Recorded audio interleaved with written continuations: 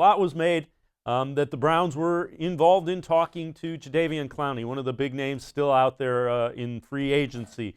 Came out yesterday that the Seahawks are likely moving past him. We'll see if that's true or not. What's your sense with Clowney? You know, it's rumored that the Browns, Titans, and Jets are still the teams that are kind of in that mix. How real do you think that is? Could you see them, potentially signing him to a short-term deal? I think if that price drops, it's a realistic option. Obviously, they were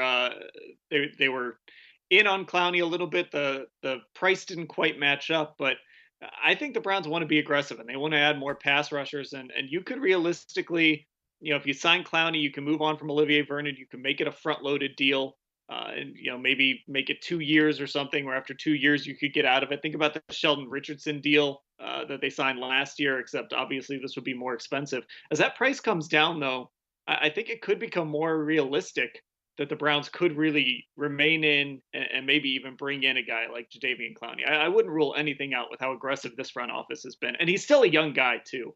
And he seems to complement Miles Garrett. There's just a lot of boxes you can check there with Clowney.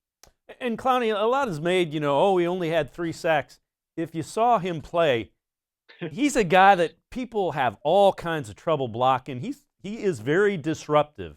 He may not get sacks, but the opposing team knows where he is lining up and where he is coming from on every play. Yeah, and he's also really good against the run, which I think complements Garrett well too, because Garrett's a guy that hasn't been great against the run. You see that sometimes with edge rushers. They're so aggressive, teams will kind of get them. When they get a good push, teams will get them on a draw play or something like that. Clowney on the other side, really good against the run. And you said, I mean, this is a guy that gets into the backfield. I remember just the Browns Seahawks game last year alone, and there are other examples of this as well. But Clowney is a guy that was getting into the backfield, and even if he wasn't bringing down the quarterback, he was creating pressure and making life miserable. And it's just something else an offensive line has to worry about. And you'd love to set that up, especially with Garrett on the other end, who was on his way to a career year last year. He's got a chance to really step forward if he would have a guy like Clowney across from him. The other thing is, as you mentioned, the Browns can get out of the Vernon contract. Is there any way you see both of them coming, or do you think it's pretty much an either or? Because the money would be relatively close, I would guess.